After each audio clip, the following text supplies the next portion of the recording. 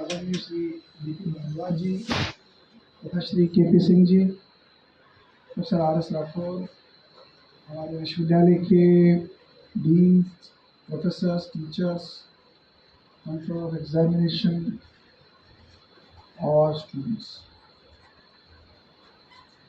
अपने महाराणा प्रताप जी के बारे में तो के पी सिंह जी ने भी कहा, प्रोफेसर राठौर ने भी कहा, और आप भी बचपन में छोटी मोटी किताबों में उनकी कहानियां पढ़ते रहे होंगे। परंतु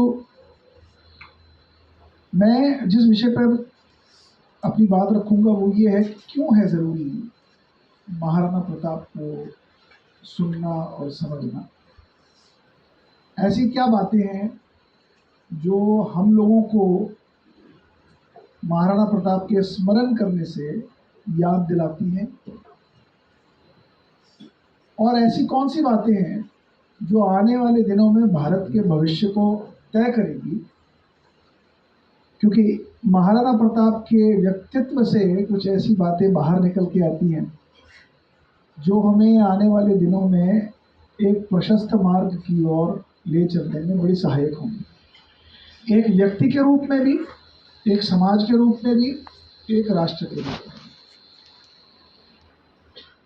बहुत सारे लोग महाराणा प्रताप की वीरता के बारे में जानते होंगे, परंतु उन्हें उस परिस्थिति तक पहुंचने में ऐसी कौन सी परिस्थितियां थी जिनके कारण से वो उस परिस्थिति में पहुंचे। हो सकता है महाराणा प्रताप को जिन परिस्थितियों से जूझना पड़ा वो परिस्थितियां ही नहीं आती, परंतु अगर आप इतिहास को थोड़ा खंगालेंगे तो आप देखेंगे कि जब परिवार के अंदर ही अपवाद शुरू हो जाता है, जब परिवार के बीच में ही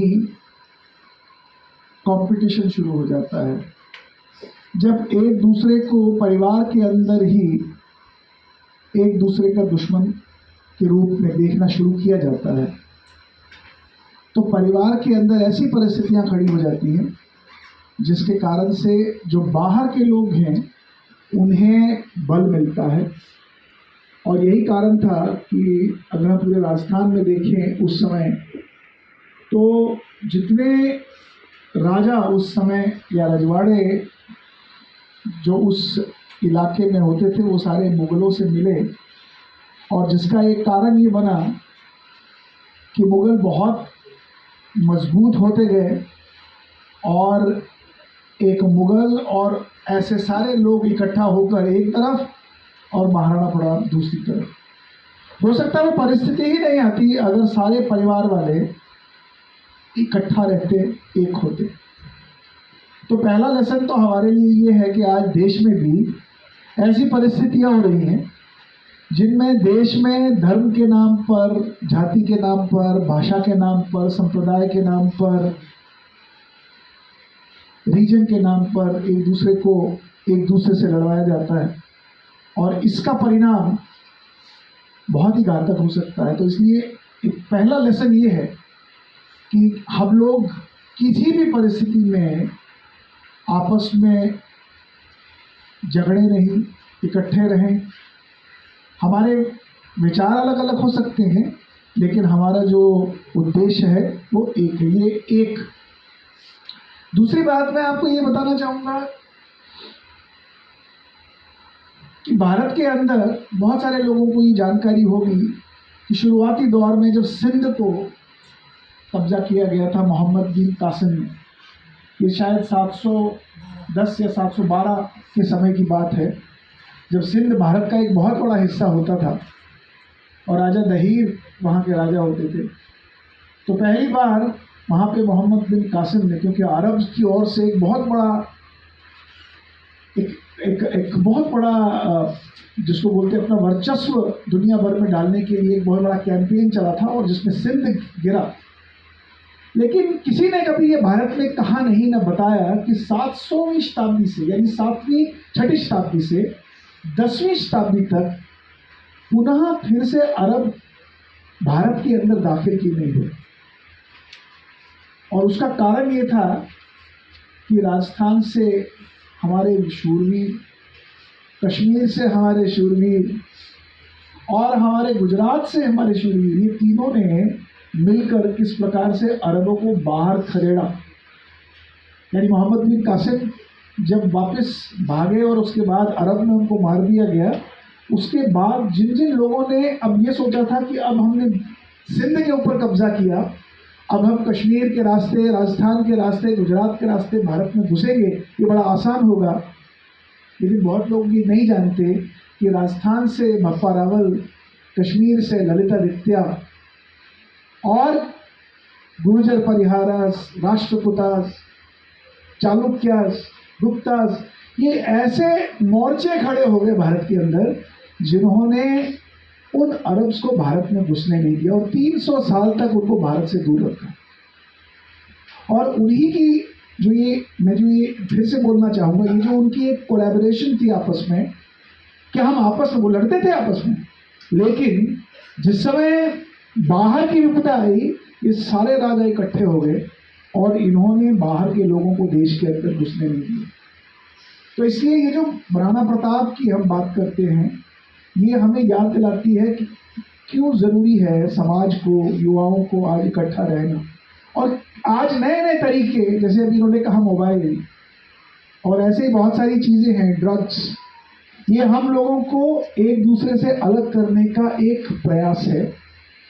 मोबाइल और टेक्नोलॉजी भी नए समाज को देश प्रेम से और मेन स्ट्रीम से विमुख करने का एक प्रयास है।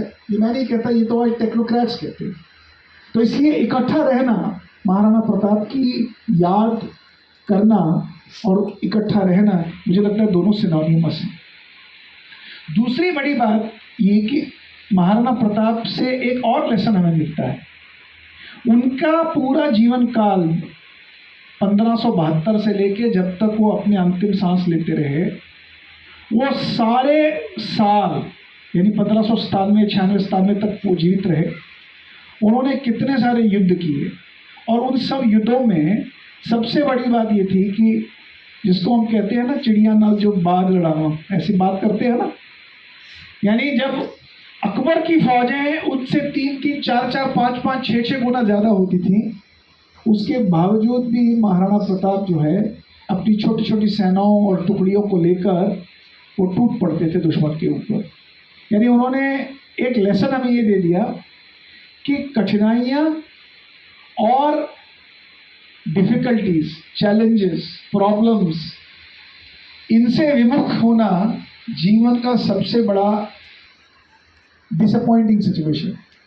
यानी जिनके जीवन में चैलेंज नहीं है, प्रॉब्लम्स नहीं है, डिफ़िकल्टीज नहीं है, उनके जीवन में ग्रोथ नहीं है, उनके जीवन में डेवलपमेंट नहीं है, उनके जीवन में सक्सेस नहीं है। यानी अगर उन्होंने उन परिस्थितियों में हथियार छोड़ दिए होते कि इतनी बड़ी बड़ी सेनाओं से लड़ना है, तो ये तो अब उनके बस का नहीं है। और उनके सभी साथी संगी को छोड़ गए थे, सब मुगलों से जुड़ गए थे। तो ऐसे में मनोबल भी गिर जाता है और ऐसे में मन करता है कि छोड़ दें, क्योंकि अभी हमने सुना कि जंगलों में रहते थे, घास की रोटियां खाते थे। तो ऐसे में मनोबल का गिरना बड़ा स्वाभाविक है।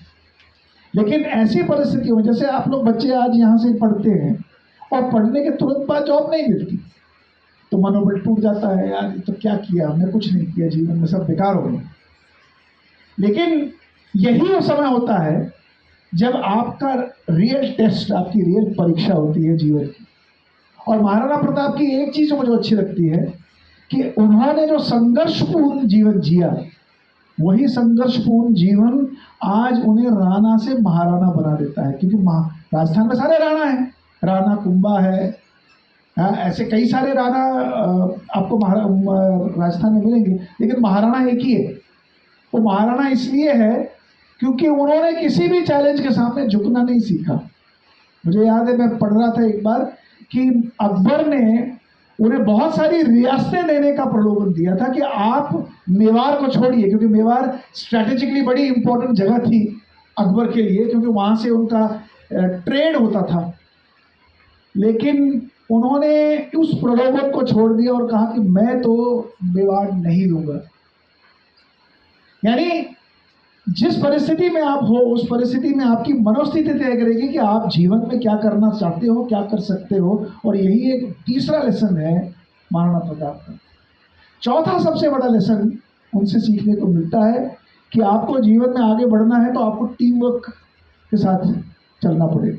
और वो बताता है कि कैसे उन्होंने कोलैबोरेट किया भीलों के साथ मिलकर, कैसे उन्होंने उनको भी प्रेरित किया कि उनके साथ जुड़े, और भीलों ने किस प्रकार से उनकी सहायता की बहुत सारे युद्धों में। वो महलों को छोड़कर जंगलों में उनके साथ रहते थे, जिससे कि टीम वर्क की भावना उन लोगों में भी जुड़े और वो उसके साथ रहे। और कोलैबोरेशन, उन्होंने जो अफगान थे उन्होंने अफगानों को भी अपने साथ किया और मुगलों के साथ उनको लड़ने में अपने साथ, अपनी सेनाओं के साथ लड़ने के लिए। तो कोलैबोरेशन भी कहीं ना कहीं पे बड़ी इंपॉर्टेंट है कि अगर आप अपने जीवन में आगे बढ़ना चाहते हो तो team work, collaboration, hard work, challenges, ये सारी बड़ी इंपॉर्टेंट चीज़ें हैं जो हमें बताती हैं कि किस तरह से जीवन में सक्सेस लिया जाता है। और अंत में सबसे इम्पोर्टेंट बात है देश प्रेम। वो चाहते तो आराम की ज़िंदगी बड़े आराम से जी सकते थे, लेकिन उन्होंने एक ही चीज़ कही कि मैं मेवाड़ नहीं दूंगा, क्योंकि मेवाड़ हमारे देश की अस्मिता का प्रतीक है।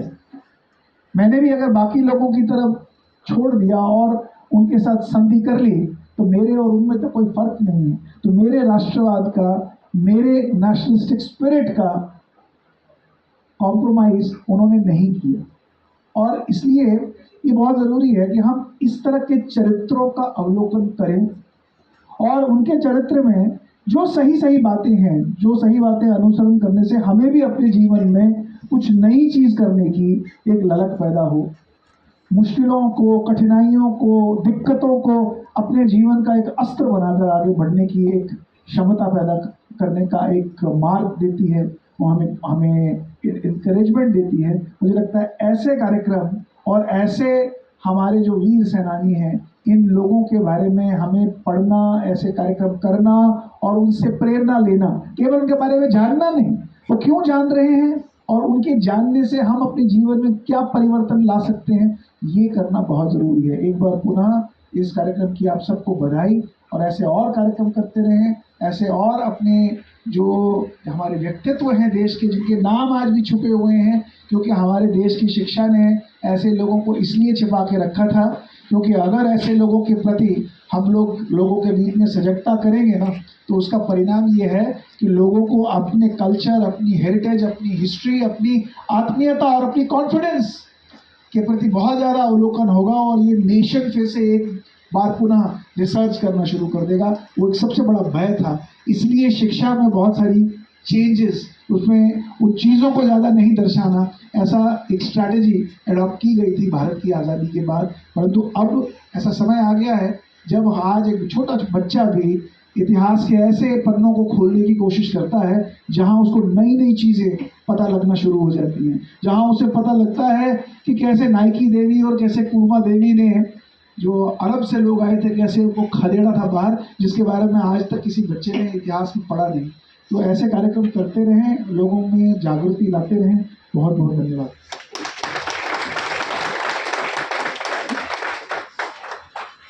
श्रीमान जी, बहुत बहुत धन्यवाद आपके आशीष वचनों के लिए। और इसी कड़ी को आगे बढ़ाते हुए अब मैं आग्रह करूंगा श्रीमान गौरव जी से कि वो कृपया मंच पर आए और अपने